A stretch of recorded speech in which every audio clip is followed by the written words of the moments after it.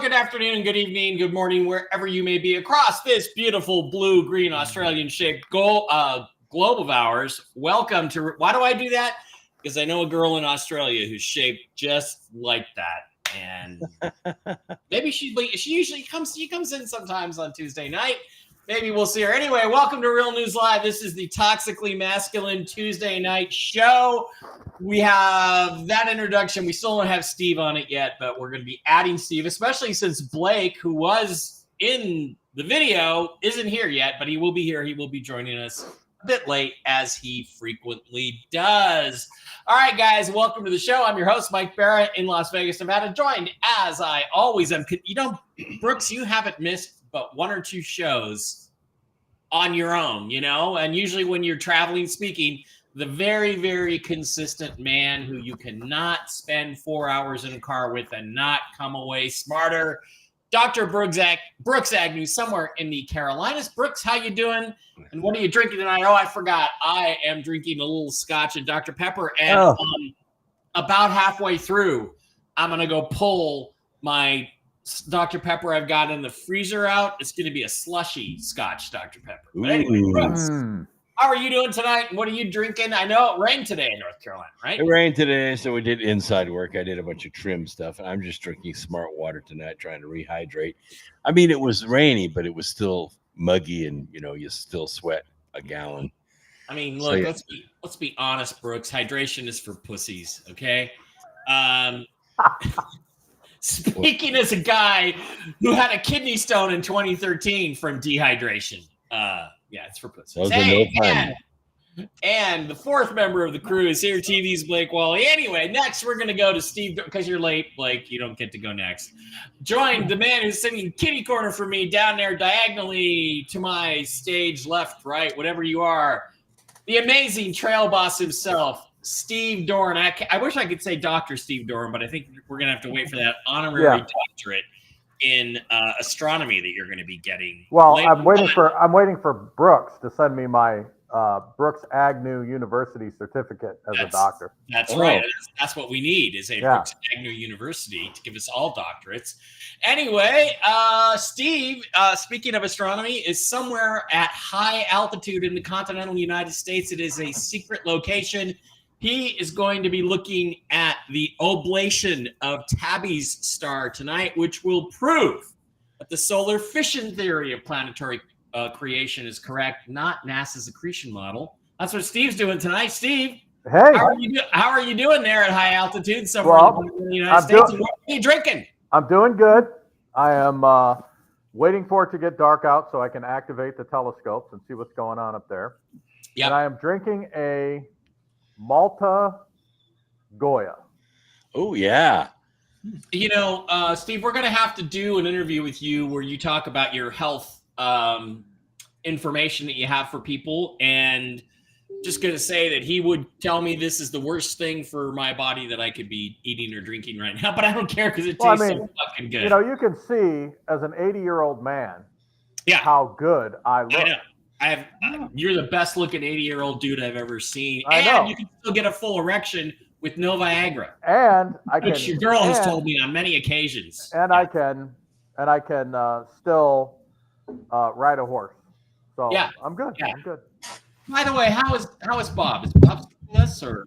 Bob is he is retired on a ranch where all he does is eat and look at mares all day. That's what he does. Female horses. He doesn't. He just looks at them. He doesn't. Nah, he was a gelding. So. Oh. Can't do much. But no, he's in retirement. He's probably, they can live up to 30 years. He's already like 26 years old, so wow, won't be long. I met Bob, Steve's horse, once in Arizona at his ranch. All right, joined and kissed, of course, by the fourth member of the group, TV's Blake Wally, somewhere east of California. Looks like you're at the buffet at the bar tonight. This is the bar in the strip club that Blake owns, somewhere east of California, where the girls give the lap dances in the corner. This is the upstairs VIP room, right, Blake? Yes, the swanky lounge upstairs. It's a hidden room. So I'm assuming you're closed on Tuesdays because I see no activity. Well, no. Yeah, late night crowd. Yep. It doesn't open until 11. It doesn't open until 11. Okay. Right. All right, guys, we have a lot of interesting stuff. Oh, I'm sorry. What are you drinking? The Elvis whiskey? Yeah, great to be here, and I'm going to be still working on my Elvis whiskey. Almost done. Not much to go. Yep. All right. We had a really interesting event last night. Donald Trump and Elon Musk did a Twitter space or an X space or whatever they call them now, where basically Elon Musk talked to Donald Trump for about 2 hours about everything under the sun. And it was not an interview so much as it was just a discussion between two guys who have the ability to change the course of the human race. They really do have that sort of power and money. And, it was a really interesting freewheeling discussion. Of course, the libtards went nuts because basically he let Trump talk without attacking him. And you're not supposed to do that if you're a libtard news media person. So they had to go and do a bunch of other stuff. They had to say things that simply weren't true about it. Like Trump and Musk talked about how they wanted to start a nuclear war. That was one that was going around today. And then my favorite one is Trump is lisping. I even had a friend of mine call me, well, he's lisping, man. It's driving me nuts. And I'm like, dude, so seriously, there's no lisp. What are you listening to? So the Elon Musk released the official audio today, and which is the high quality audio. And you can clearly hear that it was a problem. And we're going to play that in a second. You can clearly hear that it was a problem in the broadcast compression, that Trump does not have a lisp. And it was because of the denial of service attack on Twitter X yesterday to try to prevent this from even happening. It was a half an hour, 40 minutes late before they got started. That shows you how desperate and pathetic the deep state weenies are. Anyway, let's listen to a little bit of this discussion between Donald Trump and Elon Musk, because it was interesting. And unfortunately, we're not going to be able to play a whole lot of it. But let's go. The thing is that the sign, I said, bring down that sign on immigration. And it was literally about an eighth of a second where it would be good. And after that, it was going to be a disaster, no matter which way you were facing.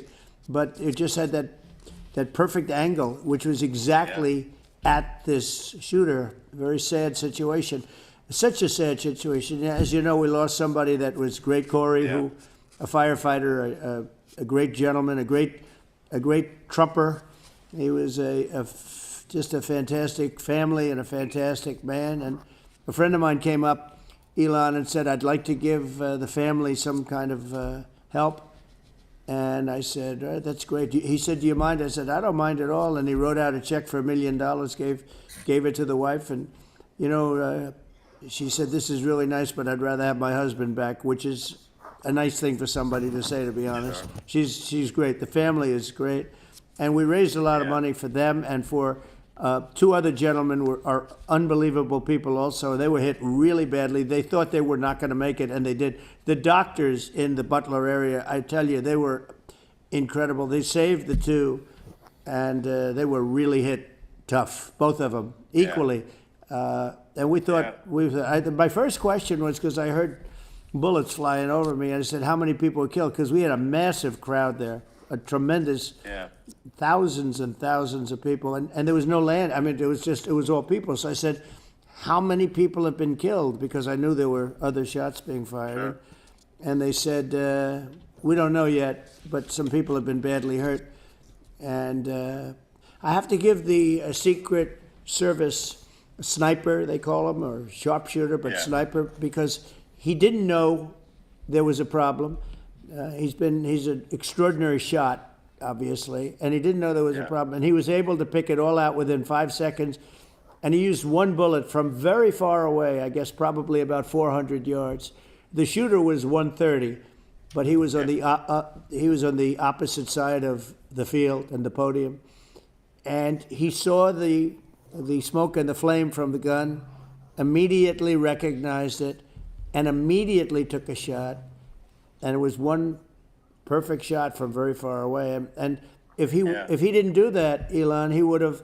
I mean, if he would have, a lot more people could have been badly hurt and killed. Yeah. So I have to take my hat off to him, because that's also a surreal. You know, he's been with them for 23 years, and he's never had anything like this. And all of a sudden he has to act, and it's a very tough thing to act and to be shooting somebody. But he saw the gun, saw the smoke, saw the flame from the gun, very far away. Obviously has very good eyes. He's got very good vision, which I assume you have to have in that particular work. But he took aim very quickly, and they say it was approximately 5 seconds from long range, one bullet. If that didn't happen, because the shooter had a lot of bullets, he had a lot of cartridges up there with him, so it could have been very. I mean, that's clearly, he was very competent in taking that shot to stop the attempted assassination. But I mean, there does seem to be, some pretty significant failings elsewhere in the system. Like, there's just no way that, like, how on earth does a shooter get on a roof 130 yards away? That seems crazy. I think most people people are wondering how on earth could such a thing happen. Well, you know, I view it as two ways. There should have been nobody on the roof. There were people, because there were so many tens of thousands of people there. There were people that were seeing him, and there was one woman with a red shirt and Trump all over it, and she's screaming, "That guy's got a gun!" You know, you saw it probably. Yeah. No, there's a guy up there with a gun. It's like I guess, for my part, I think probably many members of the public are wondering how the heck are, basically people wondering by pointing out there's a guy on the roof with a gun. And they're seeing it, but somehow it's not being addressed. That does seem crazy. Yeah, well, they're going to learn from this. The communication between the local police, who sort of had an idea, and then ultimately a man lifted himself up to the roof, could barely do it because he was pulling himself up, and he saw the man with the gun. The man with the gun pointed the gun at him.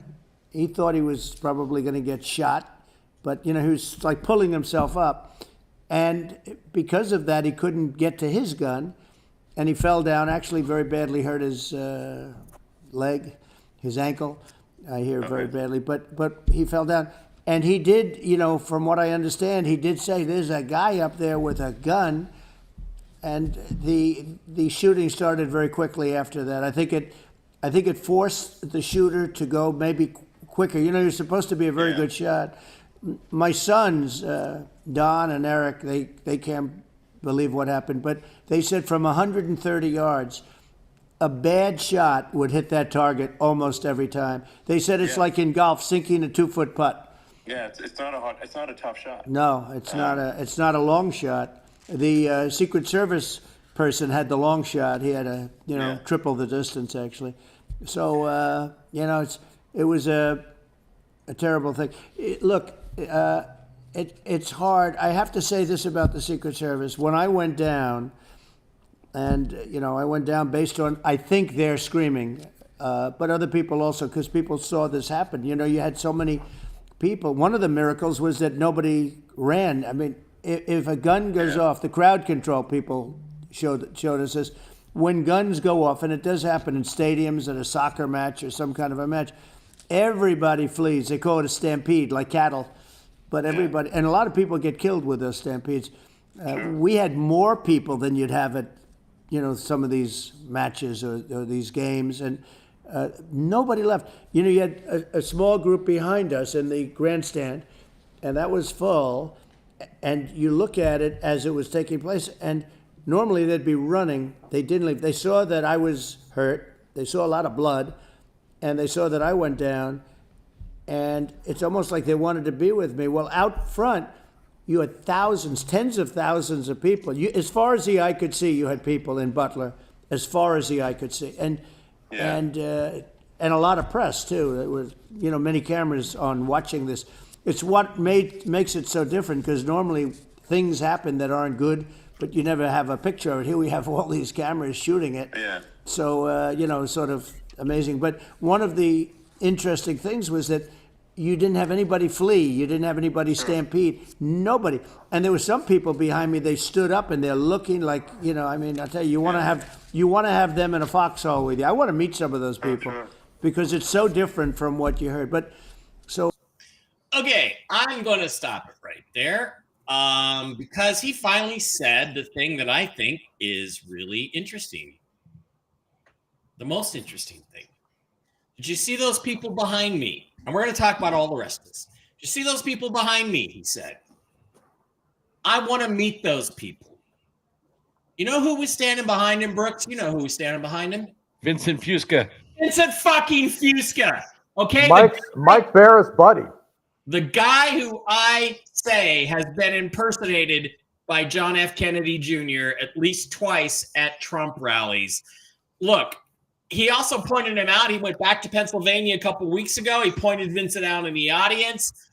I don't know what role Vincent Fusca has in this whole thing that's going on around us.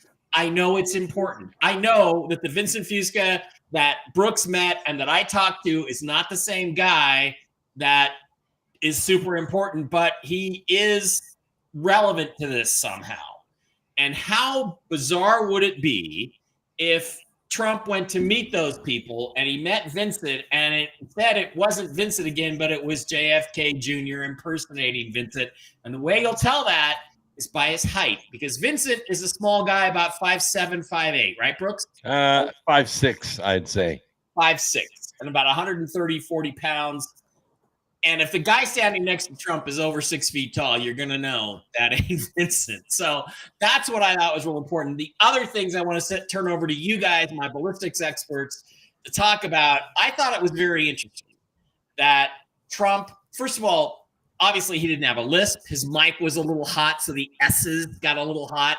And I guess if he had a bad connection and there were millions of people on the connection, it might have sounded like a lisp, but that criticism is bullshit. I do wish he hadn't interrupted Elon. I wish he would have let Elon talk a little more, because Trump talked a lot. But I will say this: Elon brought up the failings of the Secret Service, the issues of the shooter. How did he get that close? How did he miss that shot? I think that stuff was brought up for a reason. And I'm not sure what the reason is. Brooks, I'll start with you, and then I'm going to go to Steve, and then I'm going to go to Blake. What did you think of that segment of the interview? Just to start with, Brooks.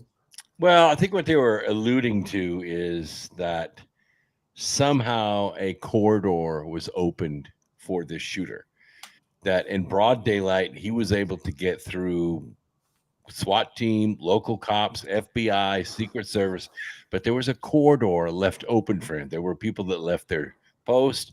There were communications that didn't happen. By the way, the cop that saw him when he pulled himself up onto the ridge and then he fell back down, he did hurt his ankle, but he ran all the way to his car to get another weapon.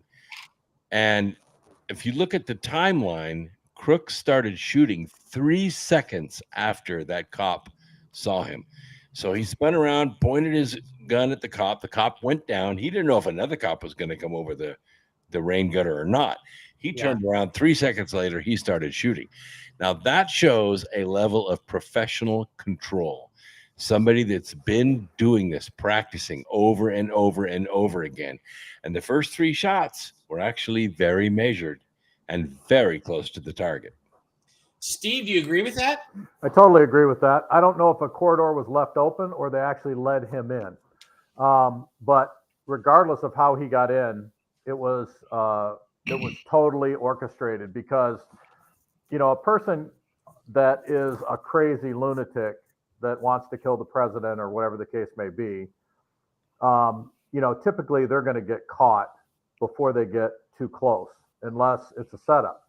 And the reality is, we know that now that we had Secret Service could look out the window and see where he was shooting from on the roof.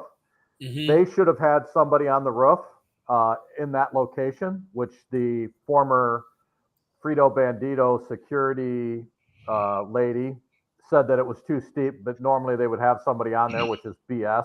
I mean, let's face it, the roofs that they're on all around the country when Biden's speaking are a lot steeper than the roof that he was on.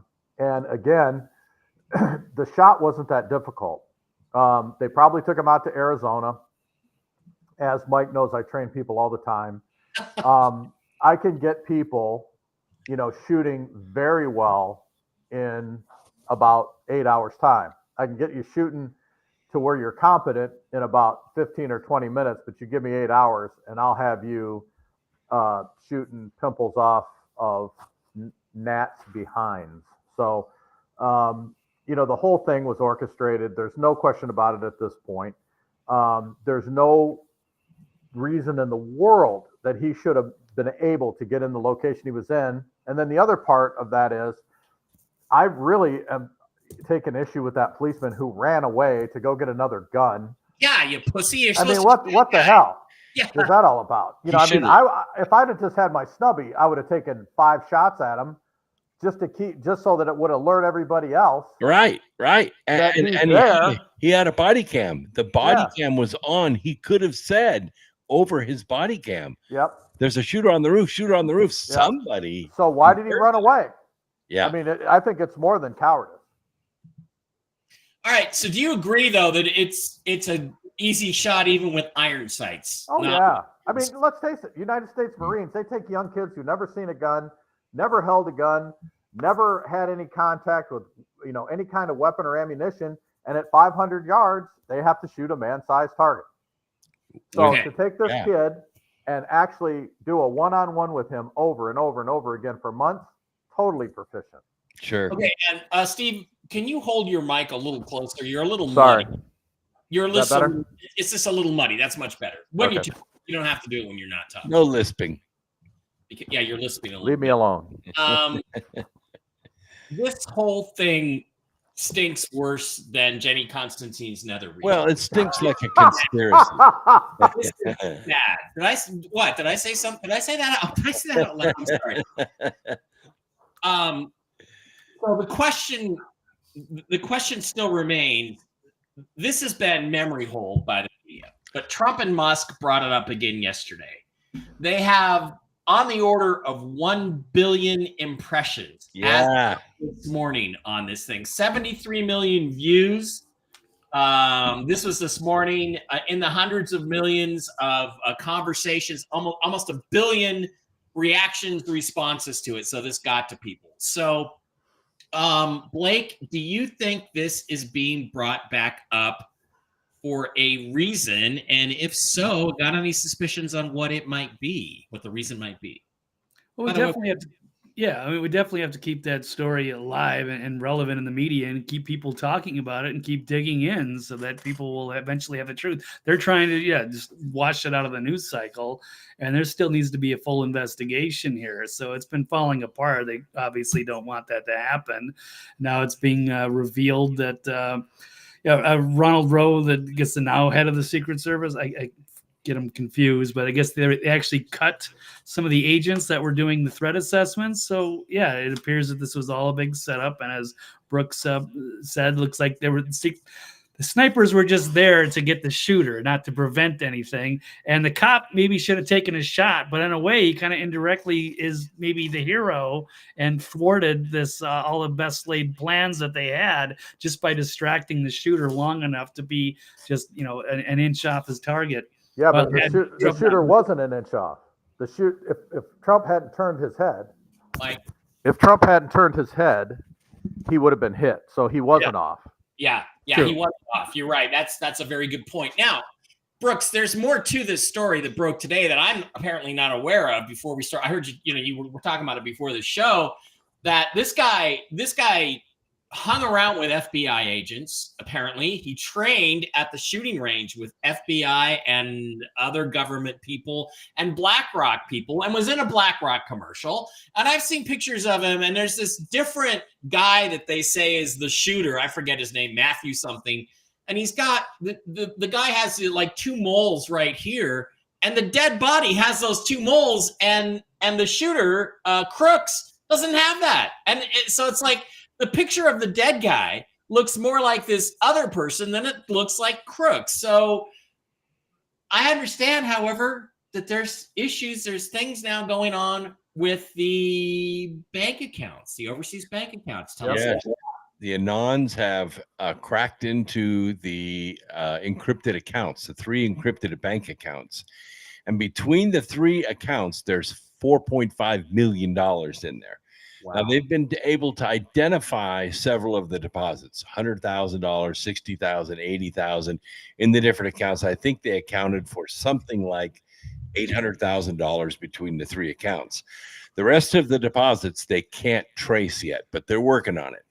They look like sanction payments. That's exactly what they look like. And Crooks was not the only person drawing money out of these accounts. There were other assassins that were drawing money out of these accounts. And they look like these are hits that are put out on political people, military people, financial people. And these assassins are carrying them out and withdrawing the money when the job is done. I don't think this assassin knew, because they've never had a counter sniper at any Trump rally ever before. I don't think he knew that they were going to take him out. Yeah, it doesn't seem like it. And that goes back to the Kennedy assassination, where Lee Harvey Oswald and J.D. Tippit, the Dallas police officer, killed the president. And then Oswald didn't show up to where he was supposed to meet with Tippit. Tippit went looking for him. He found him. He gets out of the car, and Oswald pumps him full of 6 or 8 bullets, including one right to the face. I don't think Tippit knew that Oswald was going to kill him. So doesn't this imply, Blake, or Steve, let's go with Steve, because this is a ballistics thing, Blake. Do you agree with what Brooks just said? And also, what do you think? I've looked at the pictures, and there's a guy on YouTube who's like, oh no, this is the same guy. And there's these 2 pictures of this guy Crooks, and I forget Matthew something is the other guy's name.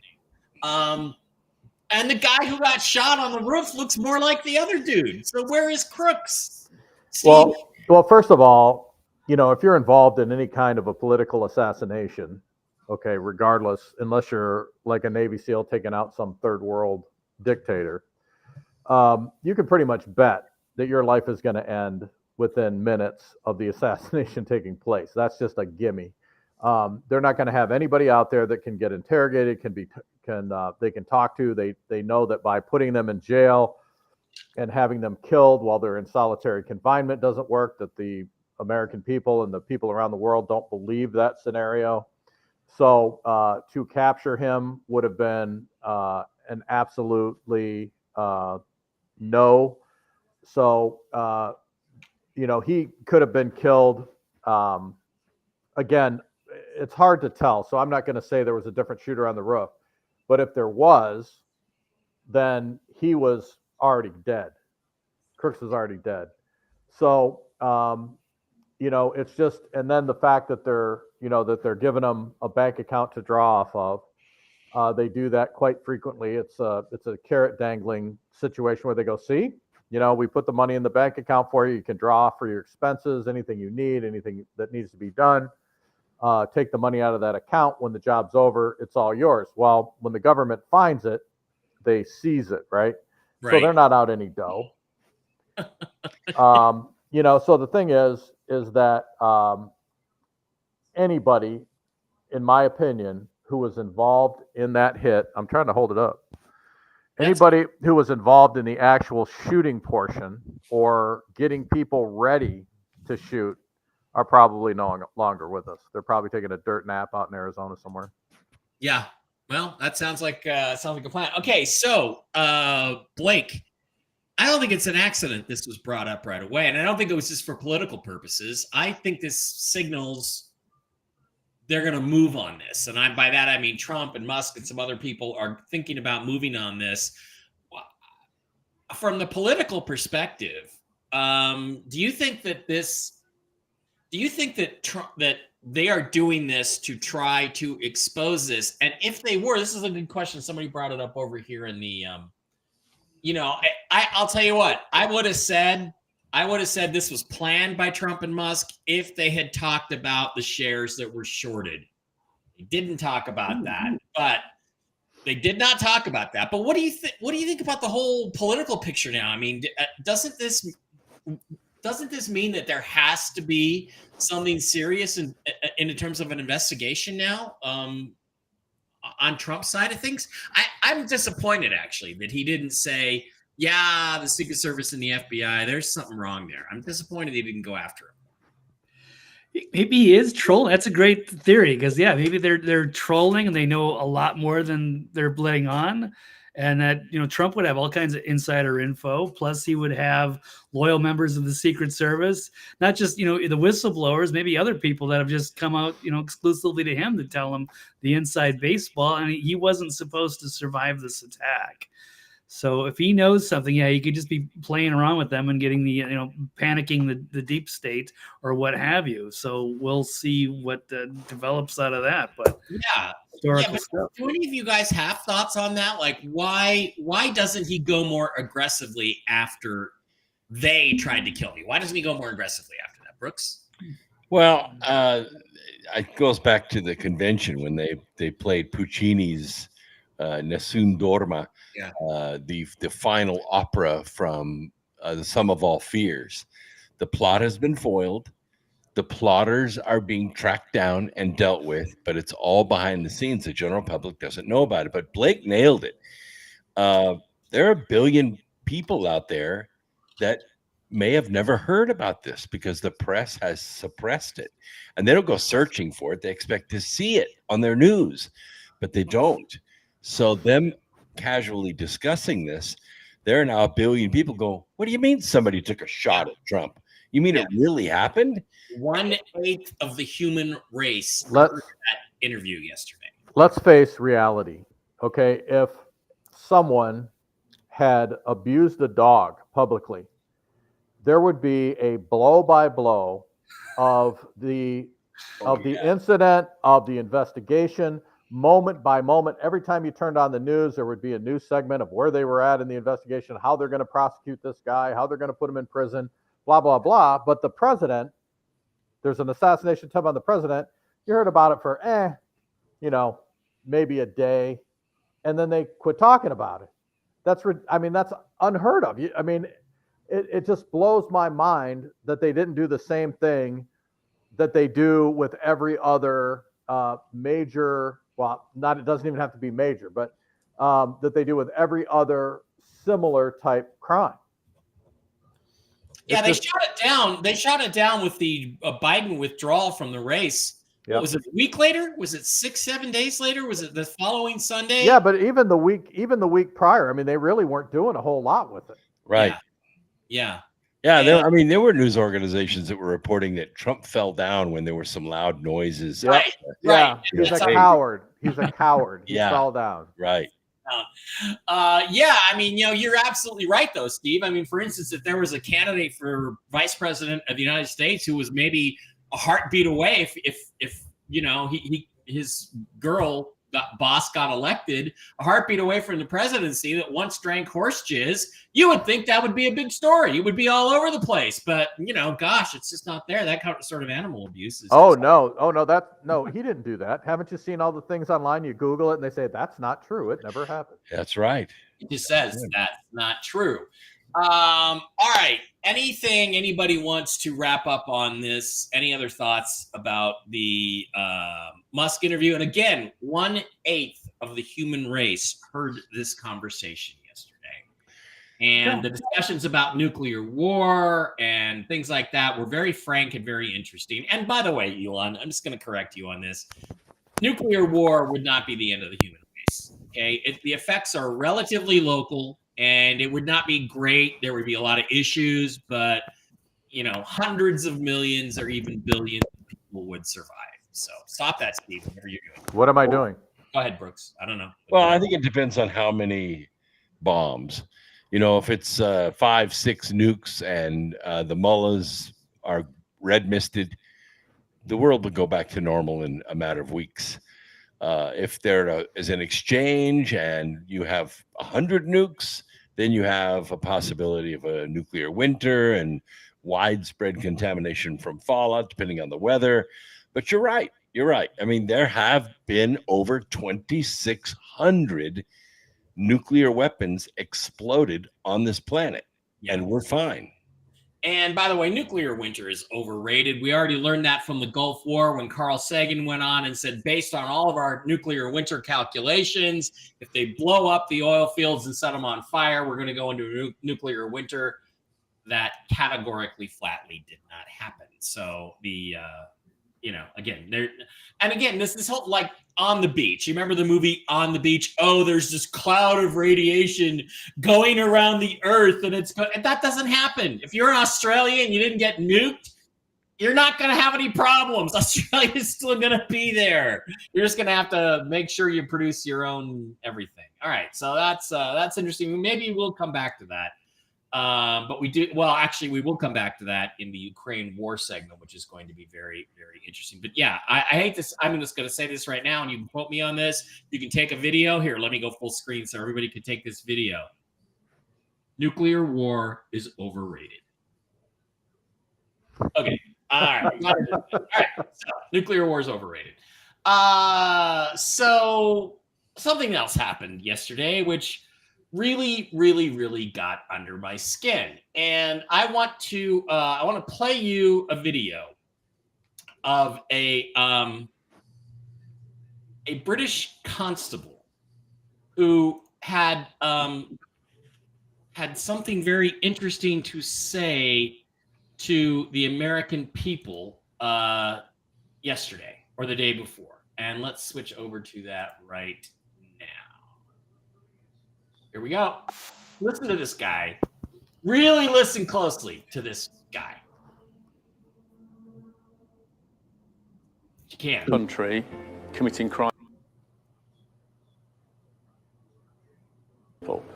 And whether you're in this country committing crimes on the streets or committing crimes from further afield online, we will come after you. Talk to me about that, because we have seen some high-profile figures whipping up the hatred. You talked about it in there with the officers, in fact, about this being added to by online commentary. I mean, I'm even thinking of the likes of Elon Musk getting involved. What are you considering when it comes to dealing with people who are whipping up this kind of behaviour from behind a keyboard, maybe in a different country? Being a keyboard warrior does not make you safe from the law. You can be guilty of offences of incitement, of stirring up racial hatred. There are numerous terrorist offences regarding the sort of publishing of material. All of those offences are in play if people are provoking hatred and violence on the streets, and we'll come after those individuals just as we will physically confront on the streets the thugs and the obs who are causing the problems for communities. So, what this dickhead is saying, let me what this dickhead said, in essence, is even if you're in the United States and you say something that we don't like, that we decide is hate speech, and as far as they're concerned, saying, I'm going to vote for Donald Trump is hate speech as far as they're concerned. Libtards all over the world. We are going to come after you from England, even if you live in the United States, and we're going to extradite you and prosecute you over here. Well, I have one and only one thing to say to this constable. Go fuck yourself. But go fuck yourself. Go fuck yourself.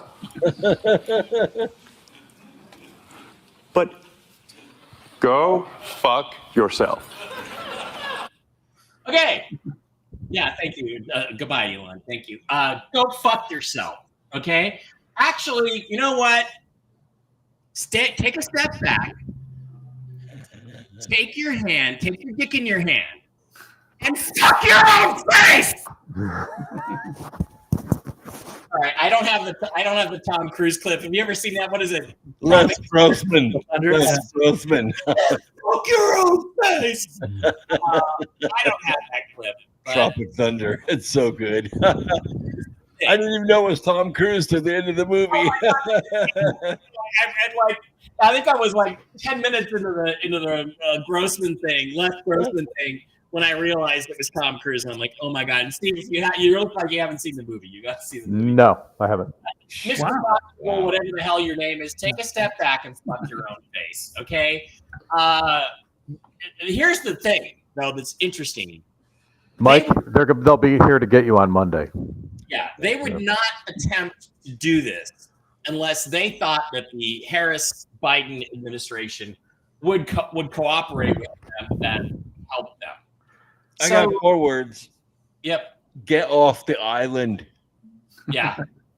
So Steve, I realize you're not a sheriff right now anymore. I realize you're not a police chief, but if an English guy came some sort of fucking court order that says, yeah, this guy Mike Barra, he made a fag joke on Twitter, and we don't like it. We're going to charge him with hatred and export him to England. We're going to extradite him to England. What would you say to that British constable? I would say, let's go have a cup of tea.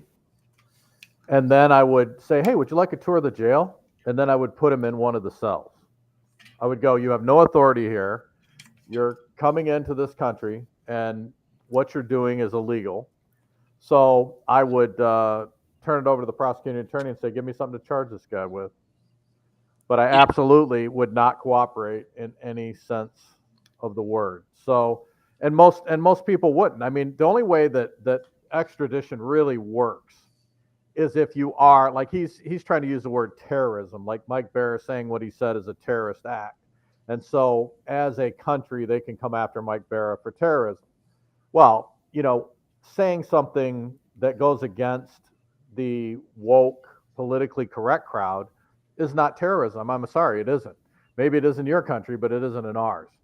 So the only way you're going to get extradited, other than, the Biden administration assisting them in doing so, is if you commit a heinous crime, where people are killed, maimed, injured, that type of thing. Otherwise, they're not going to do it. Okay. Or, financial crimes and things like that. But you know what I'm saying? It's got to be a serious, not just what somebody says. It's got to be some serious issue. Vladimir Putin has, what's his name? Bill Browder has him caught dead to rights stealing $1 billion out of Russia that he never paid any taxes on, and he's $400 million of it ended up in Hillary Clinton's campaign.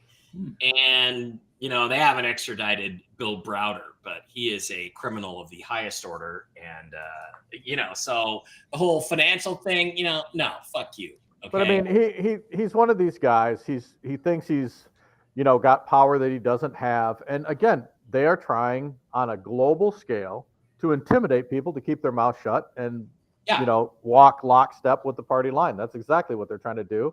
And if you're stupid enough to fall for it, then you deserve everything you get. Because come to my house, Commissioner, and arrest me. Watch what happens. Yeah, and it's funny because Musk literally posted, to be honest, I really wanted to respond because it was aimed at Elon Musk. I really wanted to respond with this Tropic Thunder meme, but I would never do something so rude and irresponsible. And of course, he posted it anyway to Tom Cruise saying, take a big step back and literally fuck your own face. All right. There's just got to be. I want to go to you next, Blake. What do you think about this threat by the UK government? Oh, I mean, it's hilarious, but yeah, at the same time, that's exactly what you guys are saying. They're trying to set a precedent. They would love to be able to do that, and that is one of the major fears if Kamala, whoever's going to be running for the DNC, actually win and get into power and try to do that. That is what the ultimate plan would be. But for those of us that know what America stands for, this is what we fought a war against to get away from people like that. So that's why they put the First Amendment number one front. Yeah, and center. last time they tried that, it didn't work out so well, did it? Last time they tried that, it didn't really work out so well when they tried to tell us what to do, right, Brooks? Yeah, that's right. I don't think they have any authority, and if they did come over, they're not going to be greeted very well. They might end up in the East River. Well, and the only thing I would warn you, like Mike always goes over to the UK for all these UFO conferences and stuff. I might back away from that. Yeah, well, okay. But I have a girl in Manchester. Well, or soccer matches. Go somewhere else. Mumtaz, I love you. If you're watching. Go to Spain or something. You're sweet. Yeah, Spain might be better. I have a girl in Spain too. All right. Any further thoughts on this, guys? I mean, is it, as Blake pointed out, isn't this a real threat? And this is, I would, if I was Trump, I would be using this. I'd be saying, look, you have to understand, if these people get elected, if Harris and Jizz Drinker get elected, this is going to be bad. This is the kind of stuff that's going to be happening to Americans. Mm-hmm. Or, don't you think they should be playing that up a little bit more? Anybody? What? Yeah, absolutely, 100%. Should have a lot of these montages that they could be using as political advertisements. Yep. Okay. So another thing that came up is that the Harris campaign apparently is using AI-generated images of their campaign rallies, trying to make everybody look better. And I've got a whole ton of these things. They're really quite bizarre. And, there's some people on there like Mick West, who is a noted debunker. Okay. Yeah. He's saying, the Harris campaign's not using AI. Here's a guy with an ear growing out of his face. That's a great one. I like that guy. Ear growing out of his face. Oh yeah, those look like real natural fingers. Yeah, sure. Not AI generated at all. Nope. And this woman has two of the same arm. So, by the way, Tony Saruga did a cell phone search for the airplane hangar at the time that massive crowd that they showed in front of Air Force Two. There were 4,139 cell phones at that hangar that day, not 15,000 people. Right, and did you see the clip that I sent you where the guy walked around and they blocked things off to make it look larger, and he walked behind the curtain and they were trying to stop him? Yeah, and they're so they've got this, and then there's another shot. Maybe I have it here. Mick West, who the thing is with Mick West, he's helped me shoot down the TTSA videos, the To the Stars Academy videos from Tom DeLonghi. Okay, they're all conventional aircraft of some kind, and he's done a good job with that. But he's obviously biased. He's obviously a Democrat. And he's tried to say that this video, let me see if I can find this video now, because I want to go over to Mick West. Let's go over there. Yeah, he's trying to say that video and photographs taken from, let's go to the picture, taken from the Harris campaign in that hangar. Wait a minute, where am I? Is not AI. And a lot of people were saying it's AI. And why they're saying that is, well, if you look at their phones, none of them reflect what's actually in front of them, right? And the other part, the issues that are wrong about this is that the Air Force Two doesn't have a tail number. And I believe every aircraft in America is required to have a tail number. Other people are saying, oh, no, they started taking the tail numbers off a couple months ago. No, they don't. No, they didn't. They don't do that. That they don't do that. So, and then the worst part is the jet engine, where people walk in front of the engine, which is highly reflective, and it shows pretty much an empty hangar on the reflection. Let me go see if I can find another picture of that. There's like nothing showing at all of the so-called crowd. So, yeah, here's a good shot of it. So you actually don't see anything. There's nobody in front of it. It's empty. Open tarmac. Yeah. It's empty tarmac. It's not the interior of a hangar. And this guy's actually trying to say that, oh, this is you don't understand how reflections work off of curved surfaces. I'm like, well, you know what? I worked on a 757. I worked on the leading edge slats and spoilers, and I've stood next to a 757 in the manufacturing at the factory and with the finished paint job, and I do reflect off the engines. And there's even a video, I don't have it with me, but there's even a video where some security guys walk right next to the engine and they don't reflect. What are they? Vampire security officers? They don't reflect anything. So they're using AI to make it look like the crowds are bigger than they actually are. And I got to get to Tony Saruga's site, Brooks, because that is really important. They're trying to say there's 15,000 people there. There's only 4,000. And guess how many workers there are? What was that? Arizona? How many workers are there in the Democratic Party in Arizona? Probably about the same number of people who were in that airport hangar, right, Brooks? Well, that's all he was able to verify. If those other people were there, none of them had cell phones. So all you people around the country, when Biden and Harris show up, go out, take real pictures, post them online. Right. Yep. I mean, how devastating would that have been if that was a real crowd and somebody actually had video of the real crowd there? Yep. It would be online in 10 minutes. Yep.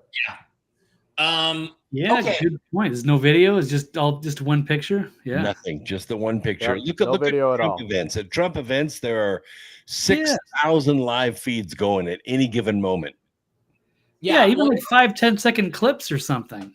Yeah, but I'm just saying. I mean, if you know that if Harris and the Tim Walz, yeah. Well, I call him. We gotta have a new name for him. The commie from Minnesota. Maybe Cum Drinker too. I don't know. Oh, Tampon Tim. Tampon Tim. But anyway, if they're having a rally, I mean, people really do need to go. Not go to the rally necessarily as a invitee, but go around the outskirts. Film the parking lots, film the crowd, the audience, and do what that guy did: sneak backstage and show that they've quadrated stuff off.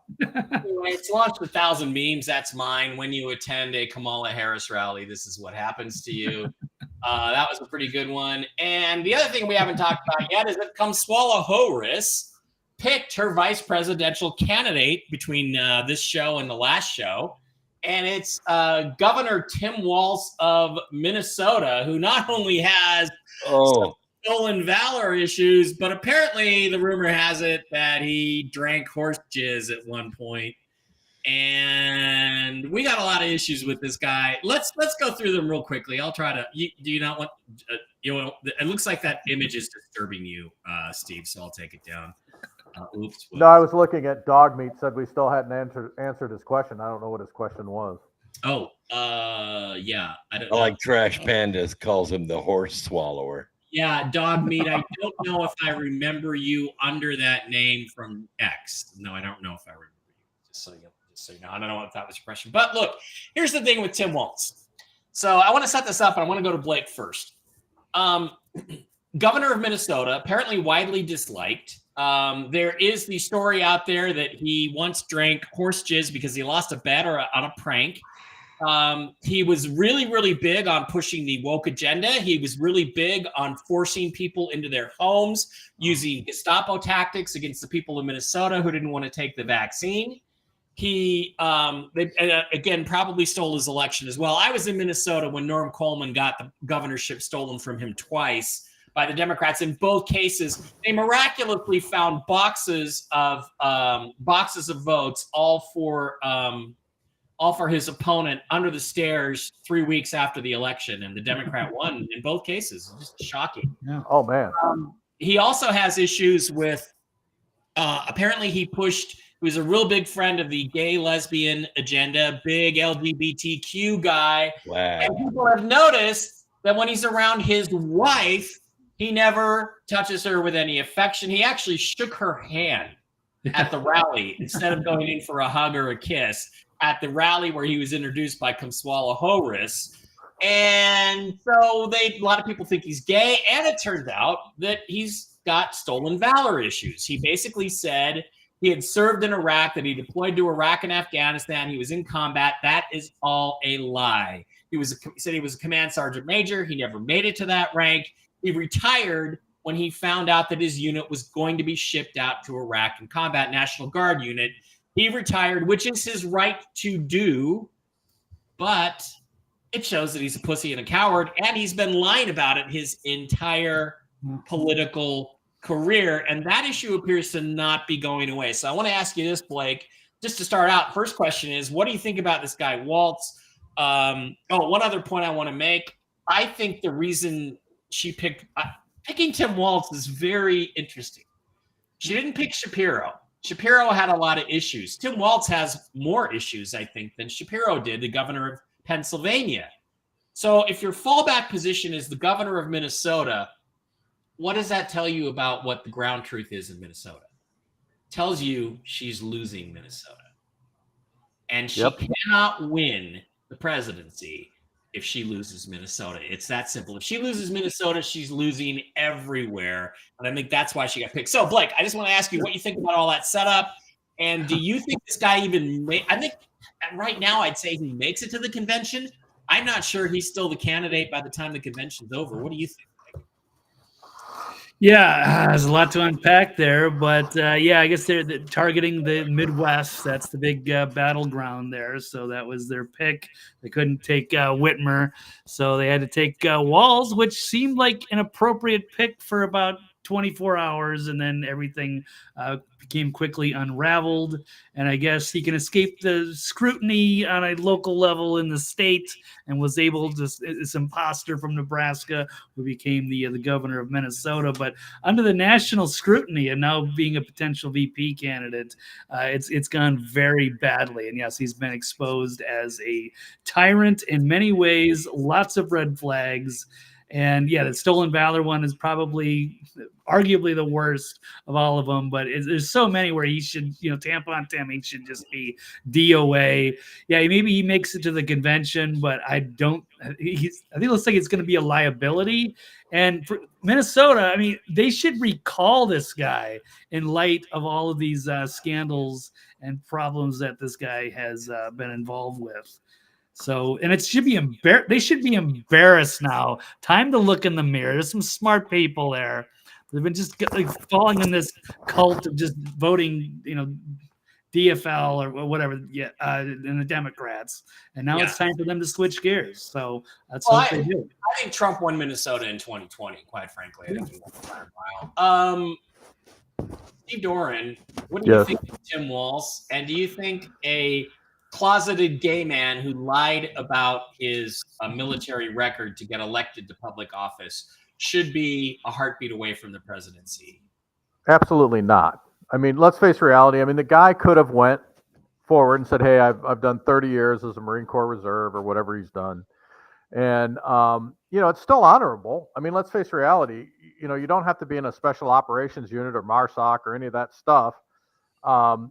We need everybody that participates in the military service, from the guy who's, packing up meals to the people who are, shipping the equipment back and forth. All of those people are very necessary to make any mission come off as it should. So what he was doing for years and years was very honorable. There's no reason to add in all this nonsense. And if you do, that tells me that throughout his military career, he's been doing, and he's a reserve. He wasn't a full-time Marine.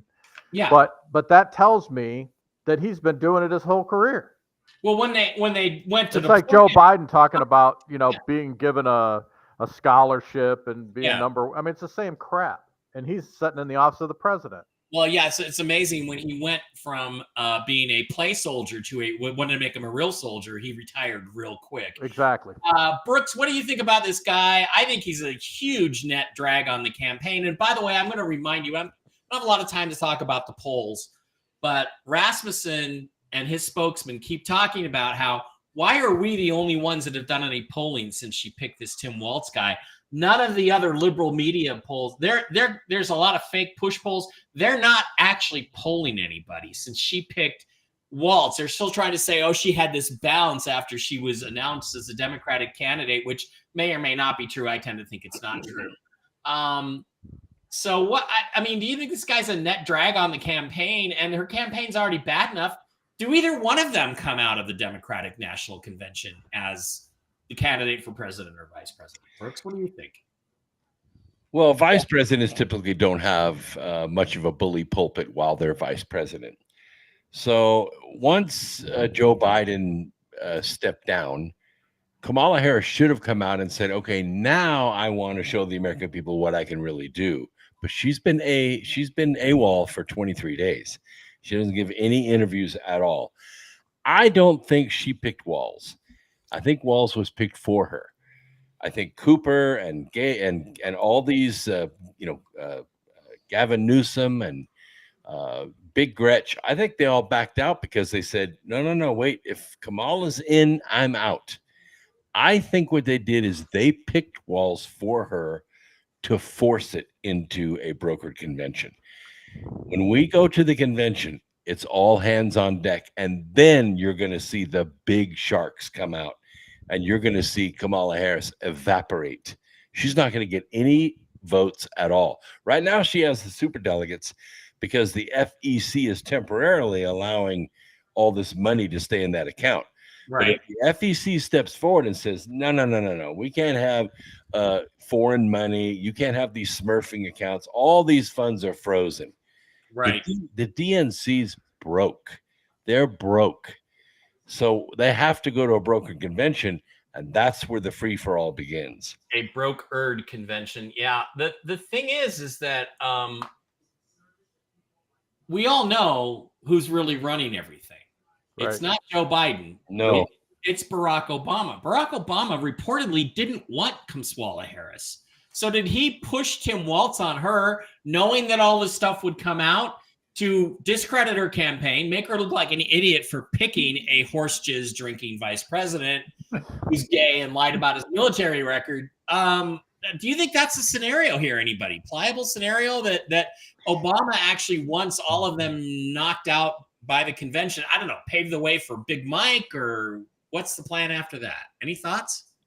It's possible. I think Eric Holder was doing the vetting on that, but some people were criticizing they should have used David Axelrod to be more thorough. But well, yeah, because Axelrod, Axelrod's been critical of the selection. Mm-hmm. Brooks, any thoughts?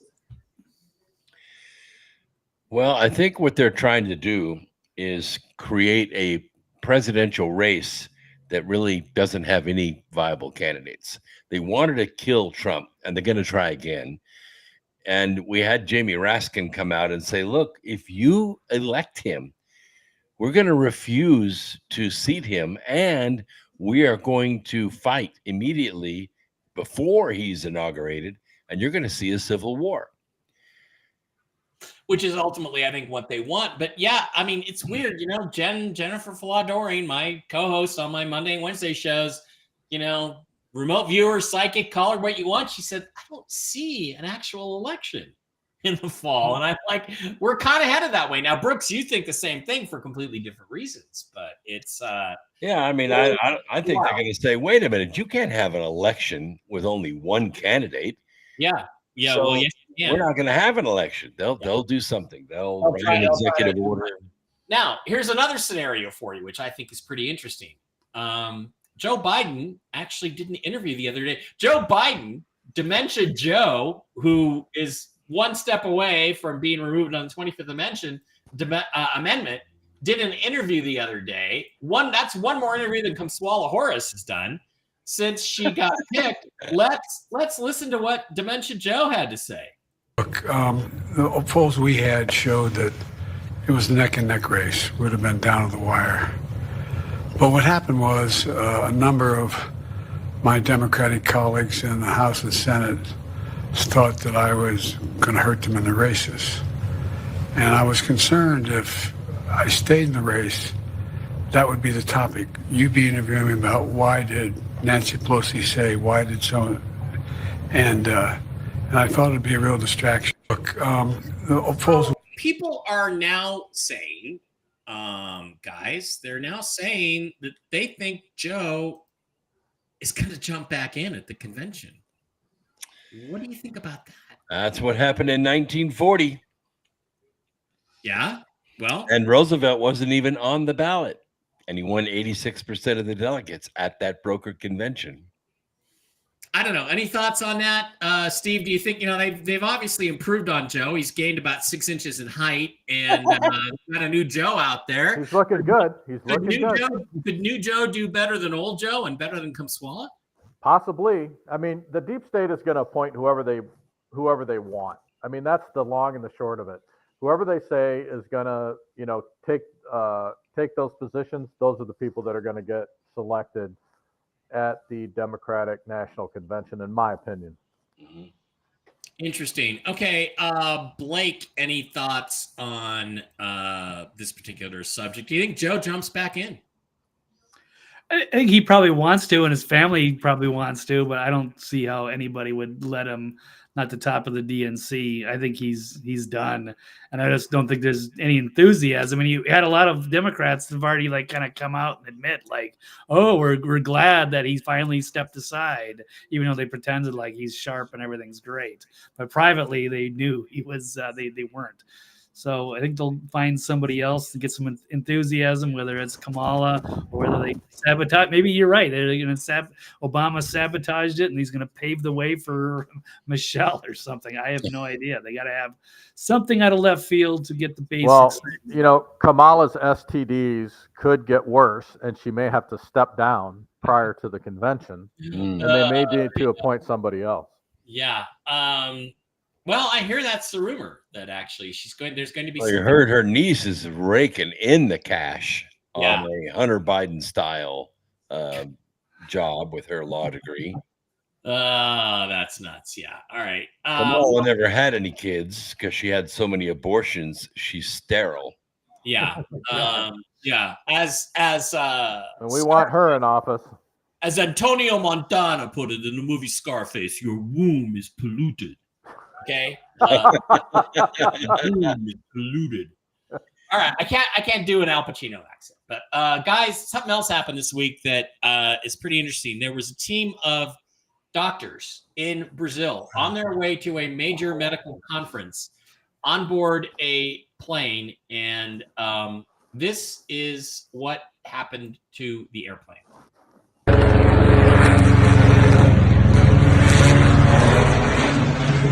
Isso, velho. Tá porra. Caralho, bicho. Nossa. Fudeu, velho. É doido. Caralho, moleque.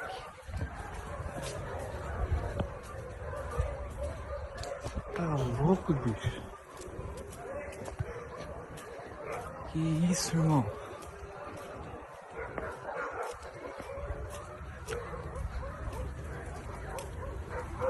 Okay, so what I understand is that there were 8 doctors on that plane. There were supposed to be 16, and 8 of them got on a different flight. They were all apparently going to a medical conference in Sao Paulo to report, at least this is what I hear, or what I've seen in the news, that mRNA vaccinations, the vaccinations are poison and they're causing in other words, they were going to call out the entire pharmaceutical industry, and guess what? Their plane crashed. That's an Embraer plane, I believe. It's Brazilian. Those are really solid commercial planes. Yeah, Embraers rarely have problems. They can fly with 1 engine. Yeah. That was and how does a plane get in a flat spin like that? Something breaks in the control systems. That's the only way it happens. But Brooks, you got any thoughts on this? Yeah, I mean, this really raises a lot of flags. It happens. I think it's an assassination to wipe these people out so they couldn't testify. There are still doctors on the team, and of course now I think they're all underground running for their lives. But we're talking about a multi-trillion-dollar expose here, and we already know it here in the United States. Of course, Google even suppresses the word COVID, even on social media. You can't even use the acronym COVID anymore. We're talking about every 40 seconds in the United States, the CDC issued a report, a jabber, that's someone who's had the vaccine plus boosters, has a stroke every 40 seconds. Wow. There are 86,000 seconds in a day. Wow, that's not good. Steve or Blake, did you guys track this story at all? I mean, I wish I had a little more to give you in terms of preparation, but any thoughts on this? Steve? The only thing I heard was that they not only were they going to expose the jab, but they also said they were going to expose that there are multiple cures for cancer that don't involve radiation, by the way. None of them do. Yeah. And so they didn't want that getting reported to the press, so they had to take them out somehow. Yeah, because you can't have that. You can't have a 25-cent cure. No. Right. Yeah, the listener has a valid point. That's an ATR 72, not an Embraer. Oh, okay. I know Embraer makes a plane that looks like that, and it was Brazil, so I assumed it was Embraer. So thank you for that. Either way, here's what I tell people. This is how I became a conspiracy theorist. It was TWA 800. And when we saw the wreckage of TWA 800 on the news, I said to my then wife, she said, what could cause that? And I said, airplanes do not fall out of the sky for no reason. It's either a bomb or a missile or sabotage. And given that it was on fire, I assumed it was a bomb or a missile. And of course, I was right about that. So this looks like sabotage to me. I don't know how a plane gets in a flat spin like that. Not that quickly. No. And he was at low, I don't know. I don't know how that happens. If we have any commercial pilots out there, it'd be good for them to know. This ain't Top Gun. This ain't Top Gun. This ain't, oh, Mav, we're in a flat spin, Mav. We better eject. They're not doing those kinds of maneuvers, so you can get into a flat spin. Brooks, that happens when you get vertical air over the wings. It loses lift. But when you go into a flat spin, the way to get out of it, whichever way you're spinning, is to turn the ailerons the opposite way and push the nose forward to get your airspeed back up. Yeah. But maybe it couldn't get airspeed because they lost pitch control on their blades. They have a variable pitch propeller.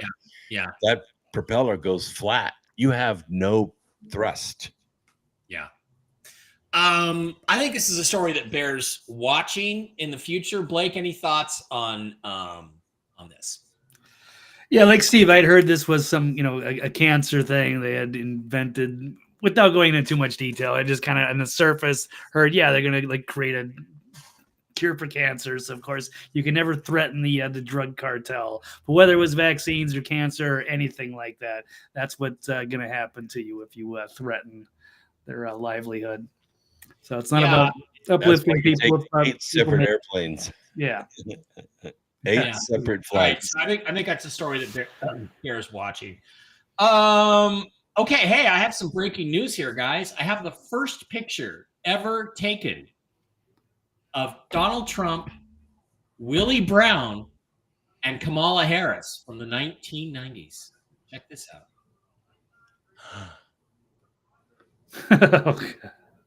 Wow. Camilla's under the table. Is that the deal? That's what, yeah. Good one, Steve. You're on top of it, Steve. Yep. That's good. Actual photograph of Donald Trump, Kamala Harris, and Willie Brown. Okay, guys, that's it for what I wanted to talk about tonight. Let's go into what we think might happen in the next week. Let's go with some more predictions. Any thoughts? We're heading into the convention next Monday, so we'll be in day 2 of the freak show. It ought to be weirder than the Olympic opening and closing ceremonies there in Chicago. Yeah. Yep. Recreating the 1968 chaos in Chicago. Blake, you have any predictions for next week about, it doesn't have to be about the convention, just anything in the next, between now and next Tuesday that you think is going to go on? Well, I'll stay on the convention. How about one of them, whether it's Kamala or Walz, one of them will be removed somehow, whether by delegates, the party, they drop out. Yeah. One major change. That's my prediction. At least one, maybe both, but I think both is a possibility. But I insist, I agree with you. Minimum of one of the two of them is removed before we ever get to the nominating process. I do not think Harris Waltz will be the ticket on Thursday night when they leave the convention. Steve, any thoughts about anything that might happen in the news this week or anything you think we should watch? Well, I think it's going to be interesting, and that I will be tuning in to the Democratic National Convention to see all the freak show going on. And our theme next week will be the day Chicago died. The night Chicago died. The night Chicago died. Video, yeah. God, I don't know if I can stand playing that song, though. Maybe I should go get it. Dr. Brooks Agnew, any predictions for the next week? I'm going to go out on a limb here and say that they're not going to have a live convention. I think they're going to go to a virtual convention. There's a wild card out there, and it's the Palestinian protesters. They're threatening to burn the damn city down during the convention, and I think they're going to use it as an excuse to go virtual. Yep, Okay. I was just saying that with all the violence going on, they're probably going to use it as some type of an excuse. Yeah. You know what? There is one other issue I forgot to bring up, and you would think World War III would be an issue, Brooks, but there is the Iran attack on Israel we have to watch out for, and then I wanted to ask you about this. I have video. Where is my video?